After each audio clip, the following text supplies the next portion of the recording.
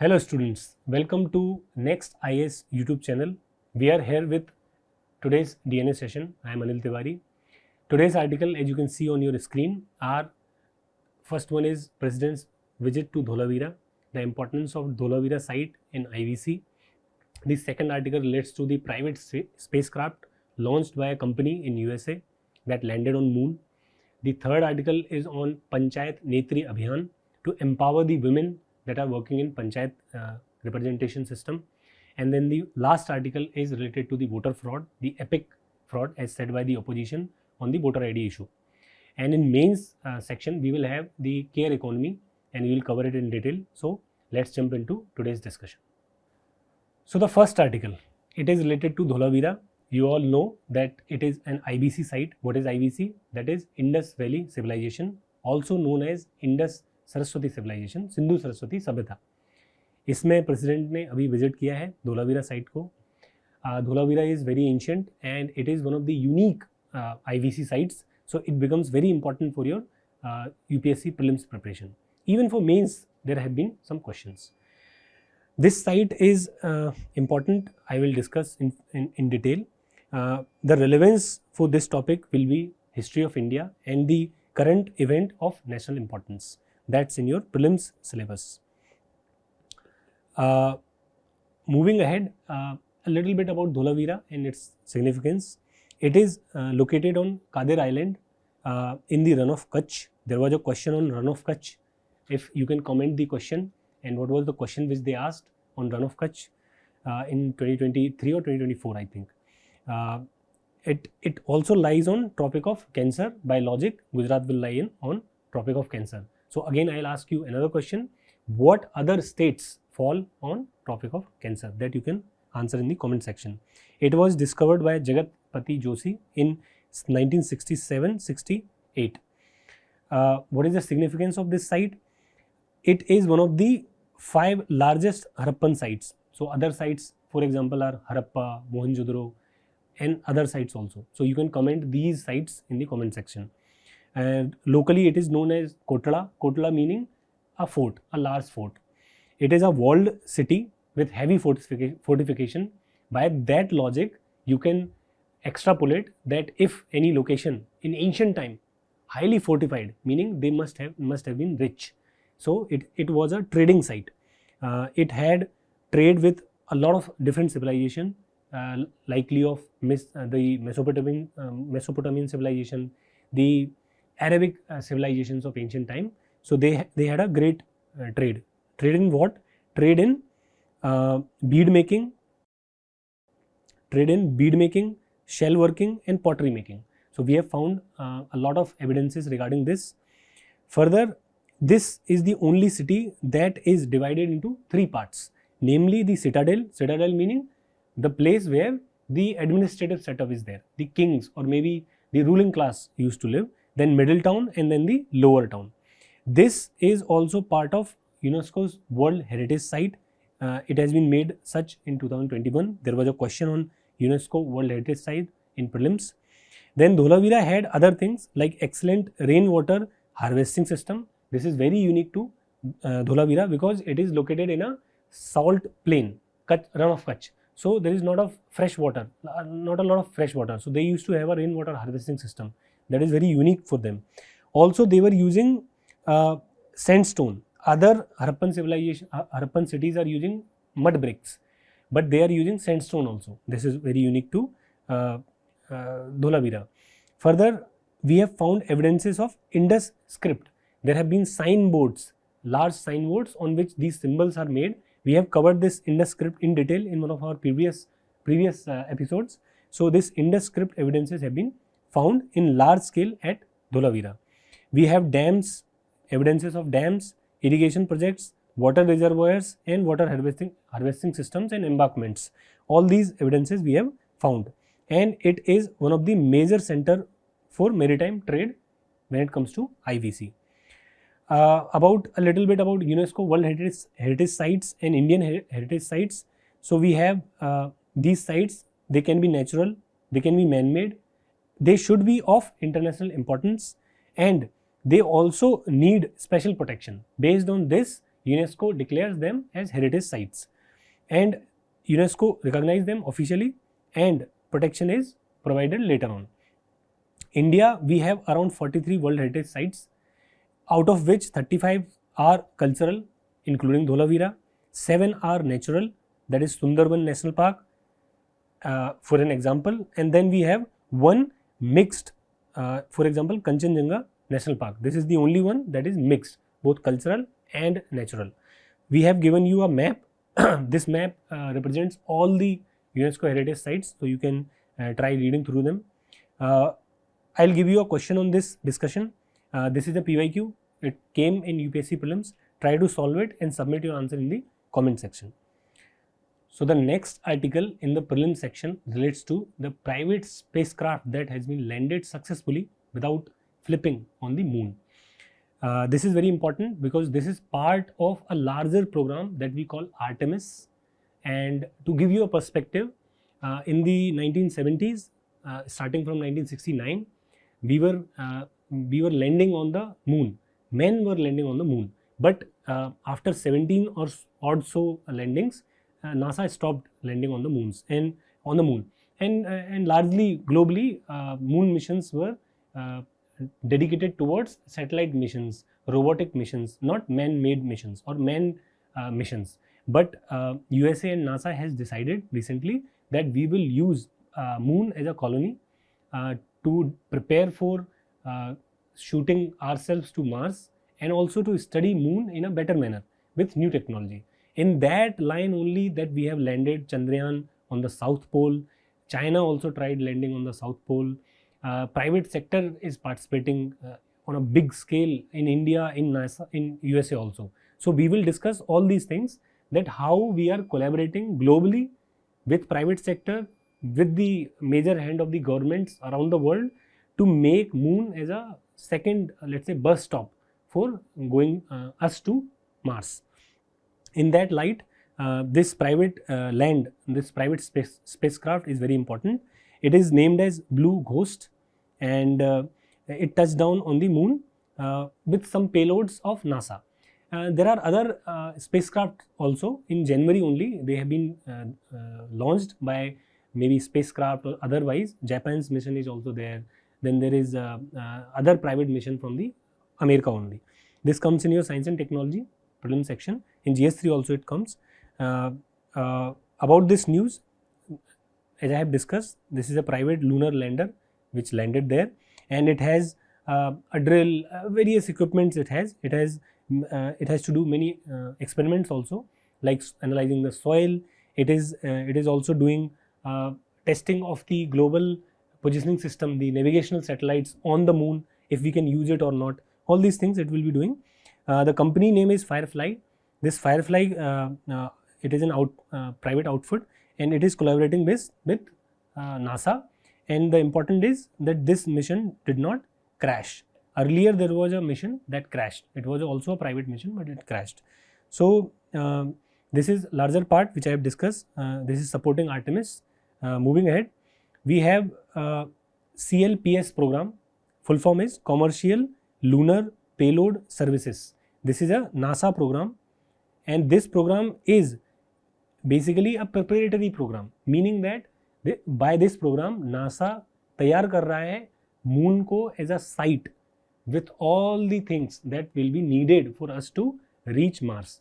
So if you think about it, if we can discover water on moon, imagine if we can discover, let's say, fuel, hydrogen on moon, what we can do is we can send small rockets there. We can establish an industry that will generate fuel, that will generate oxygen, that will support humans for a longer journey towards Mars. Because to reach Mars, we will need refueling. We will need certain things that can ensure that we can reach Mars safely. So this is a important endeavor in the larger picture. The landing site for this mission is a volcanic feature that is called Mons Lateral.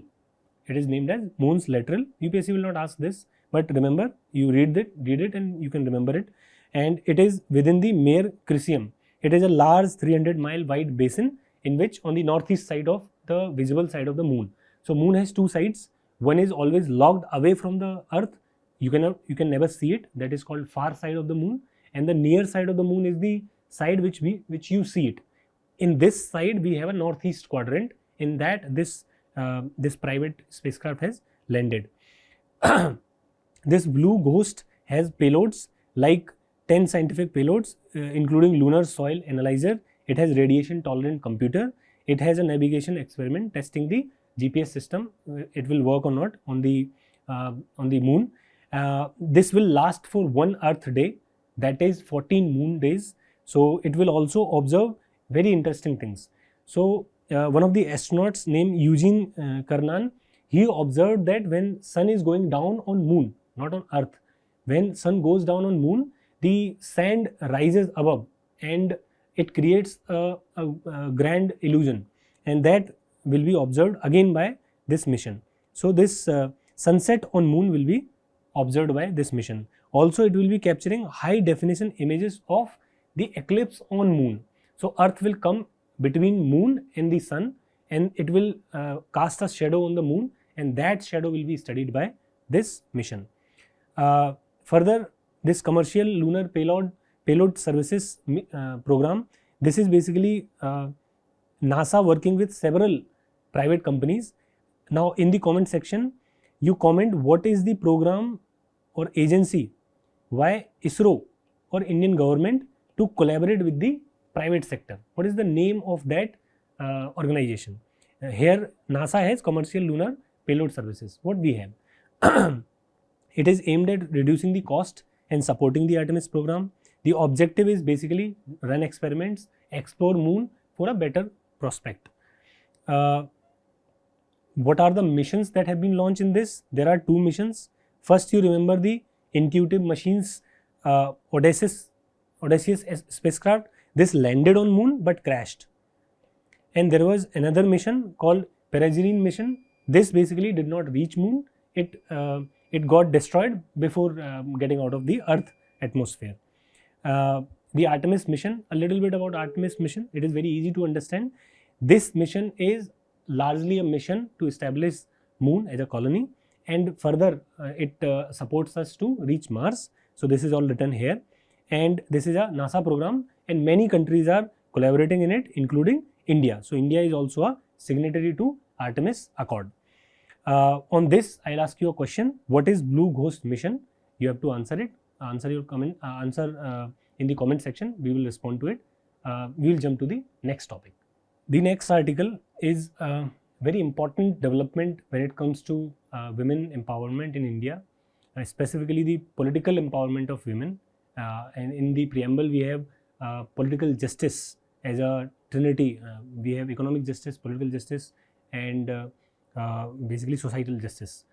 These 3 are pillar of empowerment, and we have in detail on 27th February discussed the issue of Pradhan Pati in Panchayati Raj institution in India, and you can go back and watch that section of our discussion that will explain in detail what are the challenges and issues faced by the Panchayati Raj institution, specifically the women representative in the Panchayati Raj system. Today we have a development where the government is launching an initiative, an abhiyan, जिसका नाम है सशक्त पंचायत नेत्री अभियान. By the name of it, you can understand that they are talking about Panchayat Netri. They are giving Panchayat Netri name because the issue is Pradhan Pati. So as you all belong, most of you belong to village areas, you must know that even if a woman is elected as a sarpanch, the husband of the woman basically conducts all the business. The women remains the titular or nominal head of the panchayat, but that has to change. So to change that, we are launching a training program, a program where we will train, or let's say build capacity, the Ahmed Sen's idea of capacity. We will do that so that women are capable enough so that they don't need somebody else's help. There are other initiatives also that we have mentioned in that discussion. So go back 27th February 2025. There you will find in main section this issue of Pradhan Pati. This development will come again under government schemes and policies in GS2 basically, and Panchayati Raj institution, the specific area, and the issue is basically launch of Sasakt Panchayat Netri Abhiyan by Panchayati Raj institution. The objective is simply to build capacity in women, for women elected representatives in India in Panchayati Raj institutions. We will be focusing on leadership development, that they can lead, because leadership is not natural. Leaders are born sometimes, but we have to train them, and we will enhance their governance skill. We will make them better at decision making. Then we will also do grassroots governance training. We will strengthen women's role in the local governance, and we will have active participation. Usually women are not actively participating in politics, although their turnout is larger than men in recent elections, but their participation in active politics is very limited because of various societal issues and also political hindrances. What is the significance of this Abhiyan, or let's say this conference? It is very significant because there are around 1200 Panchayat women leaders from diverse backgrounds. They will be coming to this leadership meet. Then further we will see first ever national gathering. We are making a local state level issue a national issue. That will make Panchayati Raj institutions more popular, and we will be facilitating or felicitating many women leaders to do a great job. If we make some role models out of these sarpanch, or let's say women leaders, then others will emulate and the problem can be solved. We will launch a training module, and we will have a primer on various gender based violence laws that will help women to understand the law in a better manner. I'll give you a practice question. So based on the previous discussion on 27th February and today's discussion, try and solve this question and submit your answer in the comment section. There is one more reference today that we have discussed earlier. That article is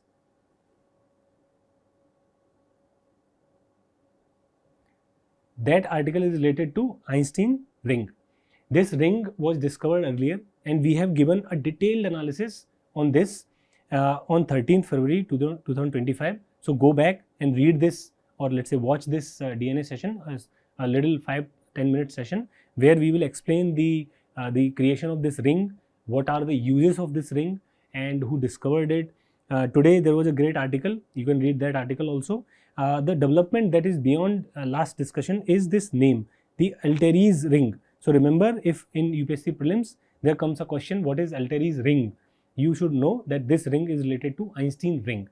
In a nutshell, if I can tell, Einstein rings are like hammock. If you know hammock, if you have hammock, if nobody is sleeping in that hammock, then that will not make any curvature.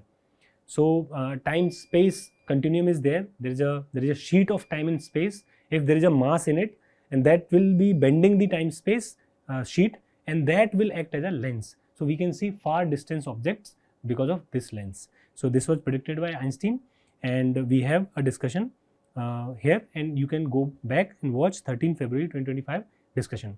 We will jump into our next article. The next article is very interesting one. So recently we have seen a brewing controversy in Indian political scenario, where one of the opposition members, namely Ms. Mamata Banerjee, Chief Minister of West Bengal, she has accused that there has been a large scale fraud because there have been a surfacing of a lot of voter IDs with unique, with similar epic numbers, or let's say same epic number. Various newspaper reports have been there, and very viral social media reports or videos we have seen. So what is this issue of epic fraud, or let's say the voter ID fraud?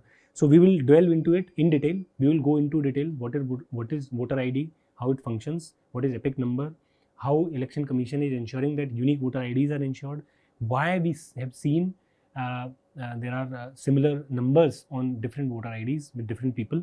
So we will see it. So first and foremost, we have this topic in relevance in relation to Indian polity and governance. In GS2 it will come, and we have this backdrop that ECI, Election Commission of India, is assuring that we will make sure that we have unique voter ID for each and every voters. What is this epic number and what is voter ID? So voter ID is basically called as Election Photo Identity Card, EPIC, and this EPIC has a number that is a 10-digit unique identification number. This is issued by ECI to the registered voters. Remember, this is a 10-digit unique identification number. Remember that. And this epic number basically serves a significant purpose because it basically gives access to electoral services like giving your vote, maybe choosing your electors, and then you can avoid the fraudulent activities like booth capturing and fraudulent voting. It basically gives an avenue to identify the registered voters by the officials while they were casting the vote, and then it links the voters with the respective polling booths. So you have your voter ID that will be linked to your polling booth. You can go there and you can vote. We have e-epic also, that is PDF of this voter ID card. So it is all digital and secure medium, but there have been cause and concerns why this allegation has come up. So earlier these officials used to have manual registering systems, and all these things are done at state level. So you can imagine how similar number can be associated with two voter IDs. So imagine all these states, in all states they were using manually giving them numbers, but they are thinking it is a unique number, but somewhere down the line it will become there is a probability that two different states, two different people, they will have same number on their electoral voter ID, but this will not be a cause of concern. Why? Because you are an UPSC aspirant, you know that you can only vote in your polling booth, you cannot vote otherwise. So it's just not the number. Remember, this number is associated with a name. This is also associated with a polling booth, and other demographic data is also there. Demographic data meaning place, address, father's name, many other things. So this number can be common between two voter IDs, but the other demographic data is different. This is what has been said by not me, by the Election Commission in the explanation. So Election Commission has said that okay, we have find some discrepancy when it comes to the number, the EPIC number, but the other demographic data is completely different. Further, the Election Commission has clarified that earlier we were using this manual system, because of which this problem has occurred, and now we are using, Election Commission has said, we are using ERONET, web-based system, centralized web-based system, where we will be registering and making them unique. So now ERONET 2.0 has been launched by ECI to ensure that every voter in this country gets a unique EPIC number. So this is the response by the ECI. So all the allegations are there. Now ECI has explained and given a solution for this apparent problem. So now you understand there are unique EPIC number, but there are some discrepancies because of manual system, but the demographic data associated with that number is completely different, and you can only vote in your polling booth. You cannot go anywhere and vote. It's not like that. Moving ahead, there is one more solution, that is linking with Aadhaar. The voter ID is linked with Aadhaar. There are certain benefits, like it will reduce the duplication of voter IDs, it will improve the transparency and integrity, it will clean the electoral rolls because Aadhaar is unique, then it will make the election management more efficient. But there are challenges like privacy concern, then there are challenges of inclusion and exclusion error. So inclusion of non-citizens, for example, some illegal immigrants come, they get an Aadhaar and they link it with voter ID, so that will be an inclusion error. And then exclusion error, in rural areas some people do not have Aadhaar, so they will not be included for voting. Further, it will have administrative and technological challenges. Everybody has to go somewhere and get their voter ID linked with Aadhaar. A little bit about Election Commission of India. So from Article 324 to 329 in Part 15 of the Constitution, we have provisions related to Election Commission of India. It is a constitutional body. It has all the powers related to managing and conducting free and fair elections. It is its core duty, and in many judgments, Supreme Court also has said that it has superintendence and full power regarding free and fair elections. There are certain roles of Election Commission of India in Representation of People Acts and otherwise also. It has like roles of managing the electoral system, electoral roll management, creating electoral roll, updating them, changing them, transferring them, deleting names, and many other things. It has a role of recognizing political parties, enforcement of model code of conduct, delimitation of the constituencies. It helps the delimitation commission in different aspects, and then election disputes and complaints, it resolves them also. It has monitoring of electoral expenses. It also does a lot of initiatives to voter turnout and many other things. The conclusion at this point is that okay, you can link these epic voter IDs to Aadhaar. That is one solution. The other solution is Enronet 2.0 that will be launched, and we will have a clearing and cleaning of voter IDs, and we can have fair and fair election in this country. On this note, try to solve this question and submit your answer in the comment sections. We will now discuss the mains article, that is the care economy. So today's mains article, we have picked very important issue when it comes to India and when it comes to world, that is care economy. And to give you a context, this care economy is nothing but the work that our mothers and sisters that they do, or our grandparents that they do without getting paid. So for example, you are on work, let's say, and you have a child, somebody is taking care of them. So in India, you don't pay them. They are giving you time, they are giving you their services, but you don't pay them. So that's called care economy. This is one example, that is child care. There are other things. For example, let's say in India, if there is a disabled person, so the family member, one of the family members, or overall the whole family will take care of them, and without that will not be counted in economy. In other countries, it's if you have seen many TV series and movies, there you will see the phenomena of babysitting.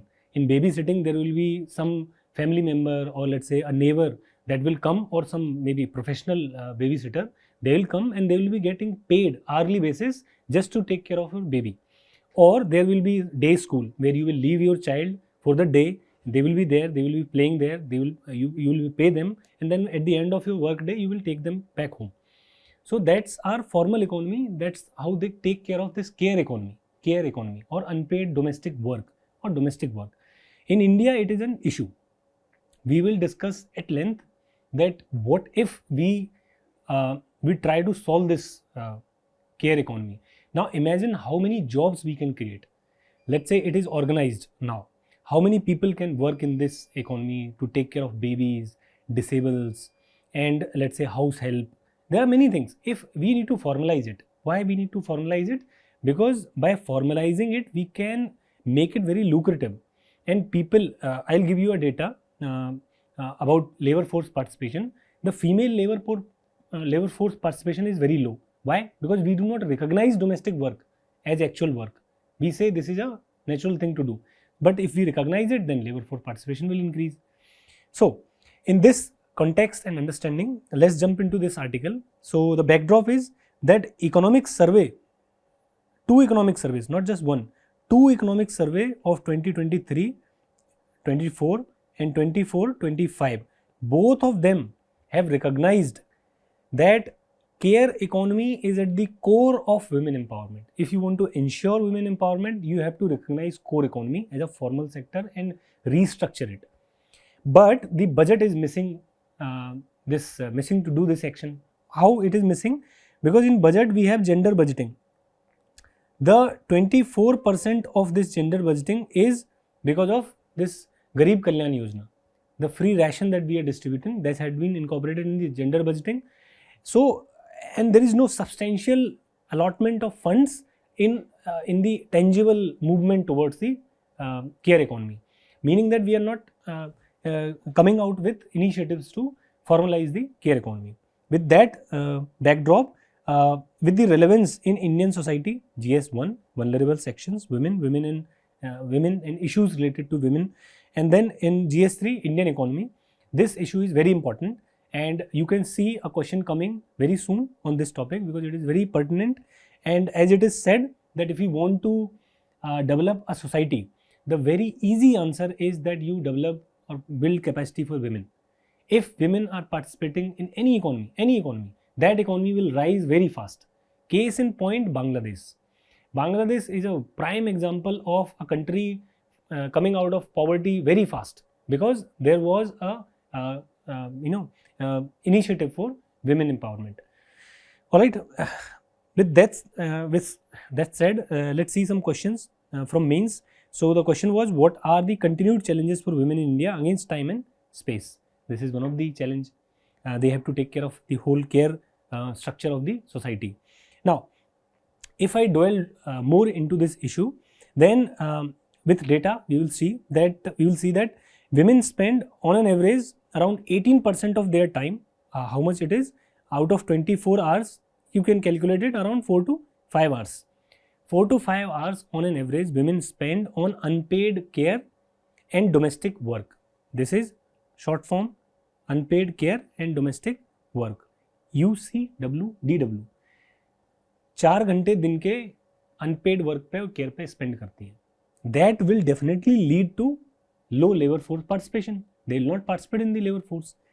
Further, Indian women are spending 10% more of this burden compared to women in South Africa and China.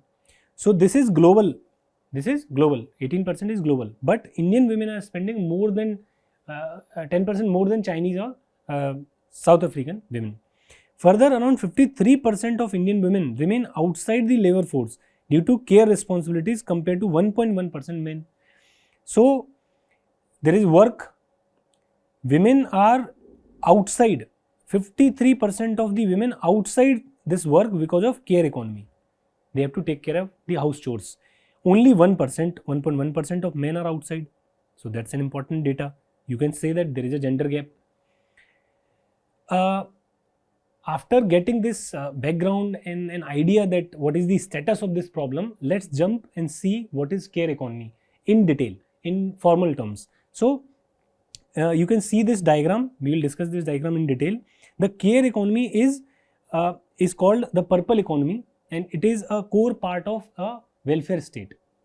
It is very important to understand that welfare state meaning that we have a state which is taking care of the vulnerable section. In that comes the purple economy, that is care economy.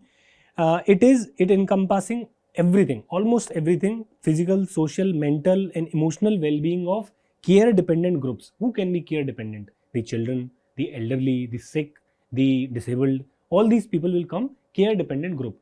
Their well-being is ensured in the care economy. The care economy includes paid in the formal and informal sector both, and unpaid work through which care is provided for others. It has all kinds of setups. So if you see here carefully, so this is first hierarchy. There is a hierarchy. The first one is broad spectrum of caregiving activities, meaning that the care responsibilities come at the core. Then moving ahead, we have formal market care. So market is providing formal jobs. In India, there are very few formal market provided formal jobs, very few. For example, if you take an example of a coaching institute, okay, they are formal now, okay, largely they are formal. Now imagine a personal tutor. You are hiring a personal tutor for your children from a coaching institute that is coming to your house and helping your children in the homework. That would have been done by you otherwise. So this is a formal market care. Market is providing a formally the care. So structured paid caregiving roles. So you will be paying them. Then you have informal market care. Largely the household helps. The maid that comes to your house, the help that comes to your house, they come under this informal sector. So this is flexible paid caregiving roles. Then we have unpaid caregiving work. All the people who are involved in your house that are not being paid but are doing a lot of work for people who are dependent on care. So this comes in this sector. So there is a hierarchy in the care economy. In India, what is the scenario? So in India, we have societal and economic changes that has been happening. So because of these social and economic changes, we see a rise of care economy, the talks of care economy at least. For example, let me give you, rapid urbanization is leading to nuclearization of the families. Meaning when you move to a city, you leave your house, you have a joint family, you leave that joint family, you go to city, and in that city you have a 4-member, 5-member nuclear family. Spouse is there and then children are there. Now imagine these people, both of them are going to work. Who will take care of the children? So they will need care economy. So we have rapid urbanization and then we have nuclearization. Then we have children, elderly and other people with disability. They are left behind because the son and the son-in-law, they have moved to city, but the old and elderly are there in the house. So they will also need care economy. So because of breaking up of this nuclear family, we have two demands. Further, we see that there is an increased burden on the women. Why? Because the patriarchal structure and mindset had not changed. So even women are working, the man is working of the house of the men is working, the women of the house is also working, but the care, the food and the other responsibilities will fall on the women, not the men. So women have this extra burden. Further, we need accessible, affordable and quality care economy, because all these demands will eventually ask us to create a structure. But right now we have affordable, we have, but we do not have quality and secured and accessible care economy. You have to do personally, you have to go personally and check on maid, you have to train them, and then working conditions are not defined. There are many issues. Okay. Further, we have another issue that in India, female education and labor force participation have various anomalies. I will show you these anomalies. First and foremost, we have a enrollment. There is a lead with women when it comes to enrollment in the higher education. That lead is not being reflected in the labor force participation, meaning women are getting more educated, but they are not participating in the labor force. They are not working. For what they are getting educated? So in our society, as it goes, that educated woman is needed to take care of the children, not to work. That's the issue with the Indian society right now. So female labor force participation is 1 out of 4, 25%. But the men, it is 57%. So that's an issue. Why? Because of caregiving support. There is a lack of caregiving support. So whenever there is a pregnancy and a child, then female has to leave the work. Further, we have a survey by the NSO, that is time use economic contribution of caregiving. Basically, how much this caregiving economy will contribute to economy, to Indian economy, and how much time women are spending on this. So we have NSO survey on this. So first and foremost, it says that women in the working age group spend around 5 hours daily. Now ध्यान से सुनो, जो काम कर रही हैं women, वो 5 घंटे caregiving पे spend करती हैं, 5 hours. So that's an issue. Out of 8 hours of work, they spend 5 more hours on caregiving. Further, it says that around 17% GDP is missed. So there is a GDP that is going on and you are not counting it. That is around 15 to 17% because you do not consider it formal work. Further, it is saying that climate change will exacerbate this problem. What problem? That women will be disproportionately taking care of this care economy without getting paid. Give you an example. I'll give you an example. In villages, because of climate change, there will be drought, spells of drought. Who will go and fetch water? Women. They will fetch more water, so they will spend more time on that and there will be more unpaid work. So climate change will exacerbate around $1.4 billion worth of water fetching by women by 2050. Further, why do we need this care economy strategy in India? We need it because in future, see this diagram. Right now in 2022, we have this kind of pyramid. In this pyramid, we have children 0 to 14 age around 25%, but only 10% 60 plus as, यानी elderly लोग सिर्फ 10% हैं, 25% children है. दोनों को care economy की जरूरत है. But later on what will happen, this pyramid will flip. Elderly will be 20% and children will be 18%. So the care will change. So in India we have a demographic shift. We will get older from now. So India will need this strategy. India's demographic landscape is expected to change between 2020 to 2050, necessitating more elderly care alongside continued roles of child care. Wider gender gap and unpaid domestic work. So I have already discussed that there is a gender gap. Now we will see what is the gap on micro level. So NSO survey says that we spend 5 hours and men spend only 30 minutes. Working men, working women will spend 5.6 hours. But men will only spend 30 minutes. That's the difference. Further, in urban or rural, in urban women will spend 10 times more time than the men. But in rural area, 8.2 times more work, because in rural area, women do work in the agriculture sector. So in urban and educated women, the situation is worse. In rural, uneducated women, the situation is better. That's very big anomaly in India. need for care economy. Further, it says that education was unable to even out the distribution of this work between Indian men and women. Why it failed? It failed because as soon as the family income grows, जैसे जैसे परिवार की income बढ़ती है, women का work में participation सबसे पहले खत्म हो जाता है, because they say why to work. That is the basic funda. Female with higher education qualification spend marginally higher amount of time on unpaid care work than non-literate females. Women in paid employment take the burden of 6 times more unpaid work than employed men. That we have discussed already. Percentage wise अगर देखोगे तो 93% women जो हैं working हैं और वो spend करती हैं time, participate करती हैं unpaid domestic work में 93%, but men सिर्फ 31%. यानी house जो husband है वो सिर्फ 31% है, हाउस वाइफ जो है वो 93% है. ठीक है. Women outside the labour force undertake 11-12 times more. अगर वो वर्क नहीं कर रही हैं तब तो फिर वो 12 गुना ज़्यादा स्पेंड करती हैं. यानी टिपिकल हाउस वाइफ जो हैं जो वर्क नहीं कर रही हैं वो 12 गुना ज़्यादा टाइम स्पेंड करती हैं. Then economic value of women unpaid domestic work which I have already discuss around 17% है. यानी कि अगर जीडीपी में पार्टिसिपेट करने लग जाएं तो 18% 17% का जीडीपी और बढ़ेगा. Investment in establishing care infrastructure and care service can unlock economic potential. Globally McKinsey की रिपोर्ट ये कहती है कि करीब करीब 28 trillion by 2050-2025 we can generate.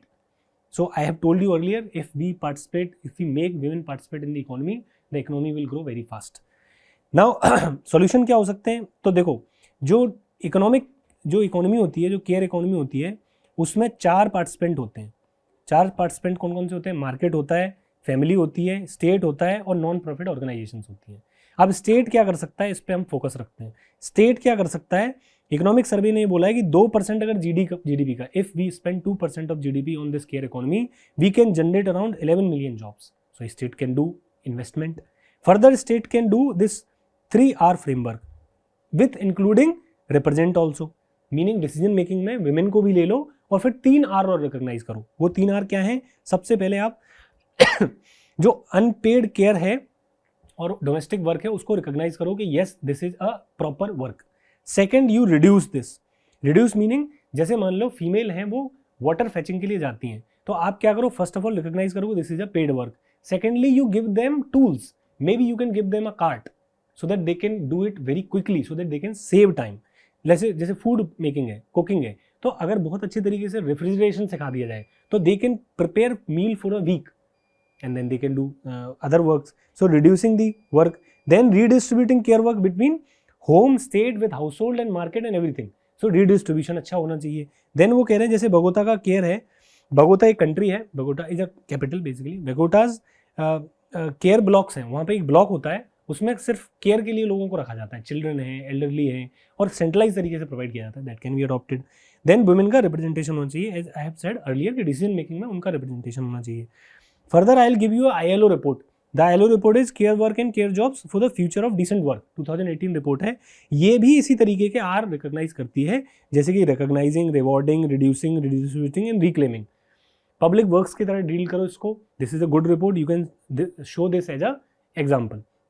Moving ahead, what will be the conclusion? Conclusion will be that we will have more time for women, and that time, if we implement all these things, then that time they will invest in the labor force participation, formal, informal, both work they will do, and further we will create a lot of jobs that will be good for Indian economy. After this discussion, try and attempt this question and try to solve it. This is a 10 marker, 150 words. Good luck with this question, and this is it for today's discussion. We will see you again next time tomorrow. Bye bye.